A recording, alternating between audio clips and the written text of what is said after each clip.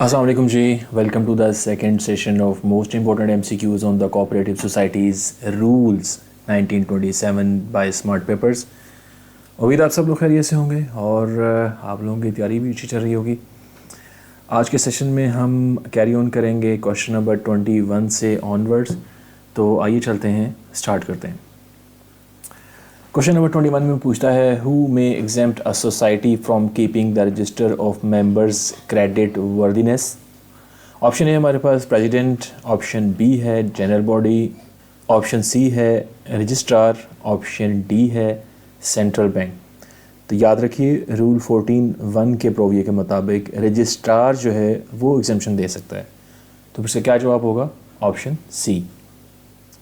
Next है जी हमारे पास क्वेश्चन नंबर 22 जिसमें पूछता है societies other than credit societies must keep at least. Option ए है हमारे पास only cash account, option B है register of members, cash account, minute books, general and committee meetings, option सी है only register of shares, option D है none. तो याद रखिए rule 14(2) में इस बात का जिक्र है कि नॉन क्रेडिट सोसाइटीज़ को ये बुक्स रखनी ज़रूरी हैं। कौन सी? जो ऑप्शन बी में मेंशन है, register of members, cash amount, minute books, ये सब चीज़ें जो हैं वो रखनी ज़रूरी हैं। तो फिर से क्या जवाब होगा? Option B. नेक्स्ट है जी हमारे पास क्वेश्चन नंबर 23 जिसमें पूछता है registrar may order societies to write accounts up to a certain date. Option ए है हमारे पास नो, ऑप्शन बी है येस, ऑप्शन सी है only in case of fraud, option D है ओनली ऑन ऑडिट। तो ऐसा है कि रूल 14(3) के मुताबिक रजिस्ट्रार अकाउंट्स लिखवाने का हुक्म दे सकता है। तो फिर से क्या जवाब होगा? Option B, yes. नेक्स्ट है जी हमारे पास क्वेश्चन नंबर 24 जिसमें वो कहता है who decides where societies books and accounts are kept.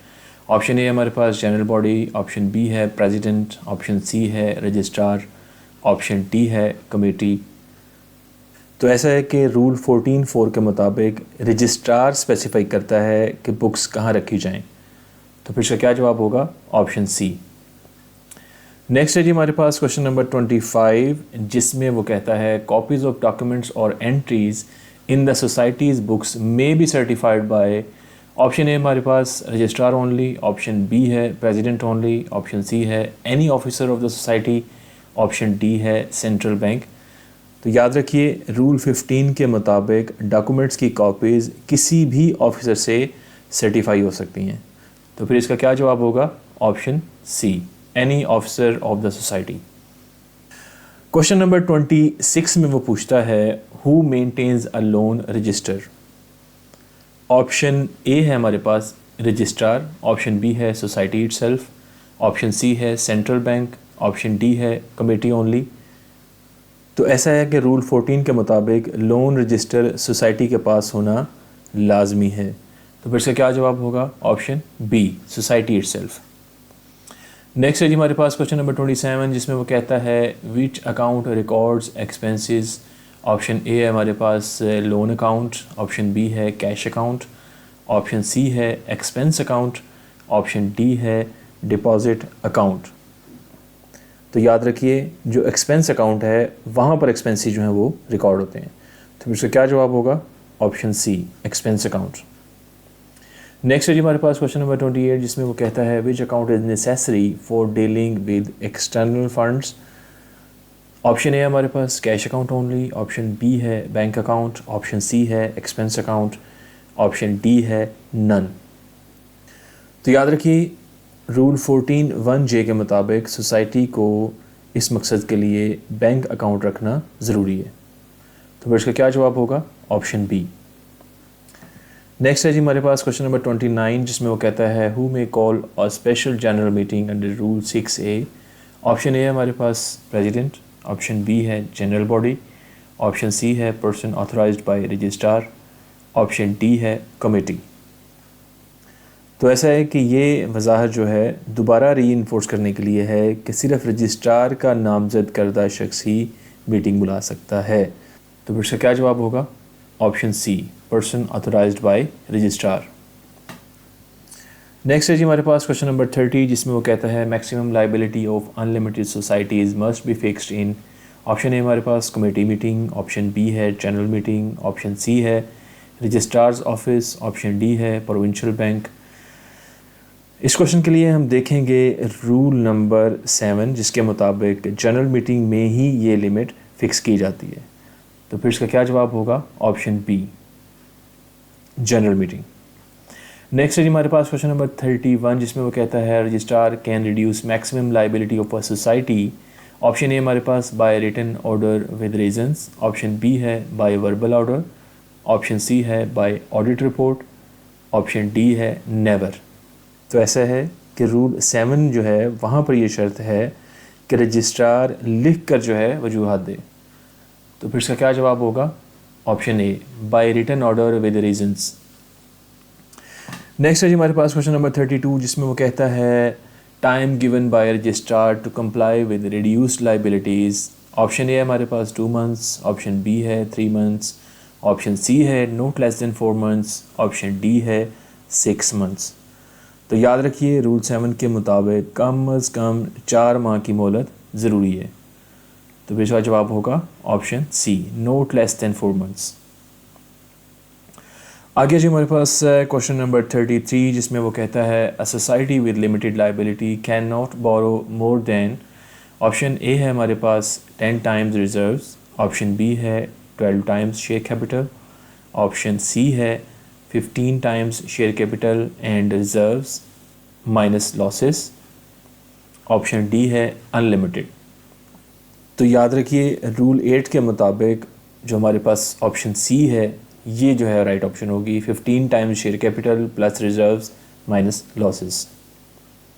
Next है हमारे पास क्वेश्चन नंबर 34, जिसमें वो कहता है for land mortgage societies borrowing limit is. Option A हमारे पास 10 टाइम्स, ऑप्शन बी है 15 टाइम्स, ऑप्शन सी है 20 टाइम्स, ऑप्शन डी है अनलिमिटेड। तो ऐसा है कि रूल 8A के मुताबिक लैंड मॉर्गेज सोसाइटीज़ को एक्स्ट्रा मार्जिन 20 टाइम्स दिया गया है। तो फिर से क्या जवाब होगा? ऑप्शन सी। क्वेश्चन नंबर 35 में वो पूछता है shares of society can be pledged to the same society. Option ए हमारे पास नो, ऑप्शन बी है येस ऑलवेज, ऑप्शन सी है yes with registrar permission, option D है only for unlimited liability societies. तो याद रखिए रूल 9 कहता है कि सोसाइटी के शेयर्स खुद सोसाइटी को सिक्योरिटी के तौर पर नहीं रखे जा सकते। तो फिर इसका क्या जवाब होगा? ऑप्शन ए नो। नेक्स्ट है जी हमारे पास क्वेश्चन नंबर 36, जिसमें वो पूछता है share value in unlimited liability society is equal to. Option ए हमारे पास मार्केट वैल्यू, ऑप्शन बी है नेगोशिएबल वैल्यू, ऑप्शन सी है actual amount received by society, option D है बैलेंस शीट वैल्यू। तो याद रखिए रूल 9A के मुताबिक अनलिमिटेड लाइबिलिटी में सिर्फ एक्चुअल अमाउंट दिया जाएगा। तो फिर इसका क्या जवाब होगा? Option c, actual amount received by society. Next हमारे पास आ जाता है क्वेश्चन नंबर 37, जिसमें वो कहता है share value in limited liability society is equal to. Option ए हमारे पास registrar's fix value, option B है मार्केट वैल्यू, ऑप्शन सी है valuation from last audited balance sheet but not exceeding actual amount, option D है negotiated value. तो याद रखिए कि rule 9A(2) जो है उसके मुताबिक ऑप्शन सी जो है वो राइट ऑप्शन है, valuation from last audited balance sheet but not exceeding actual amount. आगे जी हमारे पास क्वेश्चन नंबर 38, जिसमें वो कहता है agricultural credit societies can accept deposits. Option ए हमारे पास एनी ड्यूरेशन, ऑप्शन बी है at least 2 months fixed except thrift savings, option सी है only 1 year fixed, option D है ओनली फ्रॉम मेंबर्स। तो ऐसा है कि रूल 10 में 2 माह की शर्त रखी गई है। तो फिर इसका क्या जवाब होगा? Option B, at least 2 months fixed. Question number 39 में वो कहता है loan against surety of a non member is.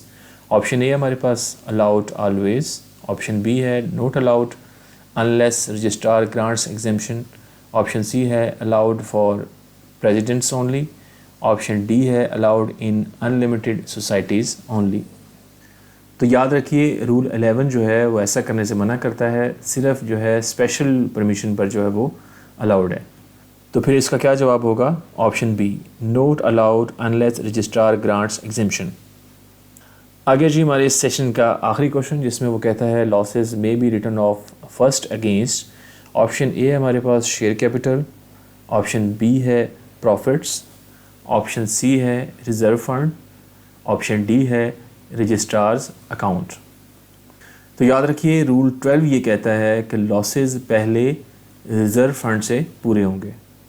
तो फिर इसका क्या जवाब होगा? Option c. ये था जी हमारा आज का सेशन। उम्मीद करता हूँ आप लोगों को पसंद आया होगा। इंशाल्लाह जल्द ही मिलते हैं एक नए सेशन में। तब तक के लिए इजाज़त दीजिए। अल्लाह हाफ़िज़।